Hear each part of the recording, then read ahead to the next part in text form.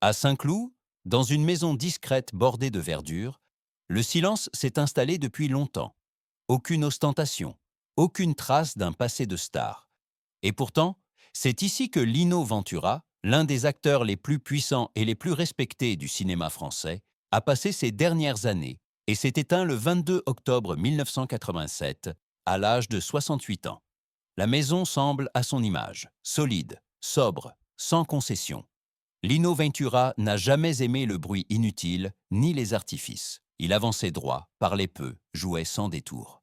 Son charisme ne venait pas d'un jeu démonstratif, mais d'une présence presque minérale. Au moment de sa mort, la valeur nette réelle de Lino Ventura est estimée à environ 10 à 12 millions d'euros en valeur actuelle. Une fortune confortable, construite sans excès, sans flamboyance, à l'image de sa carrière. Ventura n'a jamais cherché à accumuler pour paraître. Il voulait protéger, assurer, préserver les siens. Lorsque l'on pénètre dans la maison après son décès, on découvre un intérieur simple, des meubles robustes, des photos de famille, peu de souvenirs de tournage exposés. Comme si le cinéma avait toujours été, pour lui, un travail, jamais une identité à exhiber. Lino Ventura a souvent incarné des hommes durs, des figures d'autorité, des personnages taillés dans la loyauté et la colère contenue. Mais derrière cette image publique se cachait un homme profondément pudique, marqué par la guerre, par l'exil, par la responsabilité. Un homme pour qui la parole n'avait de valeur que si elle était nécessaire. Cette maison n'était pas un refuge de stars. C'était un point d'ancrage, un lieu où l'on se tait, où l'on observe, où l'on se retire quand le monde devient trop bruyant. Entre l'acteur mythique des écrans et cette demeure aujourd'hui silencieuse, une question se pose naturellement. Qui était vraiment Lino Ventura, loin des rôles d'homme fort, face à la fin de sa vie et à ce qu'il a choisi de laisser derrière lui? Lino Ventura naît Angiolino Giuseppe Pasquale Ventura le 14 juillet 1919 à Parme, en Italie. Très tôt, la vie lui impose le déracinement. Encore enfant, il émigre avec sa mère en France, fuyant la précarité et cherchant une stabilité qui ne viendra que par l'effort. Il apprend le français dans la rue, à coups de silence et d'observation. Cette enfance d'exilé forge un caractère, réservé, méfiant, profondément attaché à la loyauté. Adolescent, il travaille tôt. Il n'a ni le temps ni l'envie de rêver d'une carrière artistique. Le sport devient son langage. Il se distingue en lutte gréco-romaine, discipline exigeante, rude, où l'on apprend à tenir bon, à encaisser sans se plaindre. Cette rigueur, ce rapport frontal à l'effort, ne le quitteront jamais. La guerre interrompt tout. Ventura est mobilisé. Il traverse ces années avec une pudeur absolue, refusant plus tard d'en faire un récit héroïque. La guerre, pour lui, n'est pas un souvenir à exhiber, mais une épreuve à porter en silence. À son retour, il ne cherche ni reconnaissance ni lumière. Il cherche du travail. Il devient manager de boxeurs, fréquente les salles enfumées, les vestiaires, les hommes cabossés par la vie. C'est là que le cinéma le trouve, et non l'inverse. En 1954, Jacques Becker cherche un homme crédible pour incarner Angelo dans Touché, pas au Grisby. Ventura n'est pas acteur. Il n'a jamais pris de cours. Il n'a aucune ambition artistique. Mais il a une présence, une vérité. Becker insiste.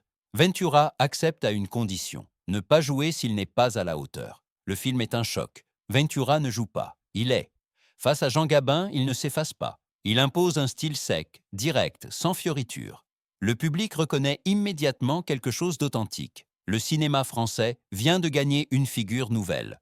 À partir de là, les rôles s'enchaînent. Ventura choisit avec soin. Il refuse les caricatures. Il privilégie les personnages droits, souvent solitaires, porteurs d'un code moral strict. Il devient l'homme de confiance du cinéma français, celui qui ne triche pas. Dans les années 1960 et 1970, il enchaîne les films majeurs, Le Clan des Siciliens, Les Tontons Flingueurs, L'Armée des Ombres. Sous la dureté apparente, une humanité profonde affleure. Ventura incarne la fidélité, la responsabilité, le poids des choix irréversibles. Mais sa vie ne se résume pas aux écrans. La naissance de sa fille Linda, atteinte d'un handicap sévère, bouleverse tout. Ventura se détourne encore davantage de la mondanité. Il crée avec sa femme Odette l'association Perce-Neige, dédiée à l'accueil des personnes handicapées. Ce combat devient central, plus important que les films, plus important que la carrière. Ainsi se dessine l'homme derrière l'acteur, un exilé devenu pilier, un sportif devenu comédien par nécessité, Un père devenu militant par amour, et déjà, dans l'ombre de cette trajectoire exemplaire, le temps commence à peser. La fatigue s'installe. La maison de Saint-Cloud devient un refuge discret. La suite ne sera pas une chute spectaculaire. Elle sera fidèle à lui-même, silencieuse et droite. À la fin des années 1970, Lino Ventura commence à ralentir, non pas parce qu'il manque de propositions, mais parce qu'il refuse de se répéter. Il n'a jamais cru à l'idée de carrière prolongée à tout prix. Pour lui, continuer n'a de sens que si l'engagement demeure intact. Son corps, longtemps robuste, lui rappelle peu à peu ses limites. La fatigue s'installe, les tournages deviennent plus éprouvants. Il n'en parle pas, il ne se plaint pas, il ajuste simplement ses choix. La maison de Saint-Cloud devient alors son centre de gravité, un lieu simple, protégé, éloigné de l'agitation parisienne. Ventura y trouve ce qu'il a toujours recherché, le calme, la régularité, l'absence de faux semblants. Ici, pas de réception mondaine, pas de défilé d'admirateurs, seulement la vie quotidienne, structurée, presque austère. Sa priorité est ailleurs. Depuis des années déjà, Perce-Neige occupe une place centrale dans son existence. Ce n'est pas une cause parmi d'autres, c'est un engagement total. Ventura s'y consacre avec la même rigueur que celle qu'il appliquait à ses rôles. Il collecte des fonds, il mobilise, il parle quand il le faut. Toujours sans pathos, toujours sans mise en scène. Le cinéma passe au second plan. Il accepte encore quelques projets, mais uniquement ceux qui correspondent à sa morale. Il refuse la facilité, il refuse l'ironie gratuite, il préfère le silence à la compromission. Dans L'Armée des ombres, son regard porte déjà une gravité qui dépasse le film. Dans Garde à vue, il incarne l'autorité fatiguée, lucide, consciente du poids de ses décisions. Ses rôles tardifs semblent dialoguer avec l'homme qu'il est devenu, plus intériorisé, plus silencieux, mais toujours droit. Ventura évite les médias. Il se méfie des interviews. Il ne cherche pas à commenter l'époque. Il préfère agir plutôt que parler. Ce retrait n'est pas un effacement, c'est une fidélité à lui-même. Dans l'intimité, la vie est rythmée par des habitudes simples, des repas réguliers, des lectures, des promenades courtes. Le téléphone sonne peu, mais lorsqu'il sonne, Ventura répond. Toujours. La maladie finit par s'annoncer, discrètement, comme tout dans sa vie. Il comprend vite. Il ne dramatise pas. Il n'organise pas d'adieu. Il continue tant que possible à faire ce qu'il a toujours fait, tenir. La maison de Saint-Cloud devient alors un lieu de retrait définitif. Pas de mise en scène, pas de confidence publique. Lino Ventura ne croit pas à l'exposition de l'intime, il croit à la tenue. Ceux qui le croisent à cette période parlent d'un homme calme, attentif, toujours préoccupé par les autres avant lui-même. Il ne parle pas de mort, il parle de continuité, de ce qui restera utile, de ce qui doit survivre à l'homme. Et tandis que le monde du cinéma continue de célébrer son image d'homme fort, lui, dans cette maison silencieuse, se prépare à partir comme il a vécu, sans bruit, sans compromis, sans jamais trahir ce qu'il considérait comme essentiel. Le 22 octobre 1987, à Saint-Cloud, la maison est calme. Un calme dense, presque compact, comme si les murs eux-mêmes retenaient leur souffle. Lino Ventura meurt ce jour-là, à l'âge de 68 ans, emporté par une crise cardiaque. La fin est rapide. Sans lutte spectaculaire. Sans mots inutiles. Jusqu'au bout, il est resté fidèle à lui-même. Il n'a pas cherché à transformer sa disparition en événement. Il n'a pas convoqué la presse. Il n'a pas préparé de discours. Il n'a jamais cru à l'idée de dernière scène. Dans la maison, quelques proches de son présent. Des gestes simples, des voix basses, aucune agitation. La mort de Lino Ventura ne ressemble pas à une rupture violente, mais à un arrêt net, presque logique, comme une porte que l'on ferme après avoir vérifié que tout est en ordre. La nouvelle se répand rapidement dans le milieu du cinéma. La réaction est immédiate, mais contenue. On parle d'un homme droit, d'un acteur sans tricherie, d'une figure morale autant qu'artistique. Les hommages sont sobres à son image. Pas d'exagération, pas de récupération excessive. À la télévision, on rediffuse L'Armée des ombres, Les tontons flingueurs, Le clan des Siciliens. Mais ces images semblent presque trop bruyantes pour accompagner un homme qui a toujours préféré la retenue. Ventura n'aimait pas les projecteurs inutiles. Il n'aurait sans doute pas aimé ce déferlement. Ces obsèques ont lieu dans l'intimité. Peu de discours, peu de symboles. Les proches, la famille, quelques amis fidèles. Yves Montand, Jean Gabin n'est plus là, mais l'ombre de cette génération plane. Une génération pour qui le cinéma était un travail, pas une vitrine. Dans la maison de Saint-Cloud, après sa mort, rien ne change immédiatement. Les meubles restent en place. Les photos de famille aussi. Les objets du quotidien conservent leur fonction. Comme si Lino Ventura allait revenir s'asseoir, reprendre sa place, continuer. Mais le silence n'est plus le même. Il n'est plus habité. Il est définitif. Lino Ventura est parti sans bruit, mais il laisse derrière lui une trace lourde. Une trace faite de loyauté, de rigueur, de responsabilité. Il n'a jamais cherché à être aimé de tous. Il a cherché à être juste. Et dans cette maison désormais silencieuse, une évidence s'impose. Lino Ventura n'a pas quitté le monde comme une star. Il l'a quitté comme un homme. Après la mort de Lino Ventura, la maison de Saint-Cloud entre dans un temps suspendu. On n'y entre pas comme dans un lieu de prestige, mais comme dans un espace réglé par une logique simple. Tout y a été pensé pour durer, pour protéger, pour servir. Ventura n'aimait ni l'improvisation ni le désordre. Sa succession en porte la trace. Au moment de son décès, la valeur nette de Lino Ventura est estimée à 10 à 12 millions d'euros en valeur actuelle. Une fortune construite patiemment, sans flamboyance, issue de cachets réguliers, de placements prudents et de quelques biens immobiliers choisis pour leur stabilité plutôt que pour leur prestige. Ventura n'a jamais spéculé, il a sécurisé. La maison de Saint-Cloud constitue le cœur de son patrimoine matériel. Solide, fonctionnel, sans luxe inutile. À l'intérieur, peu d'objets de valeur ostentatoire.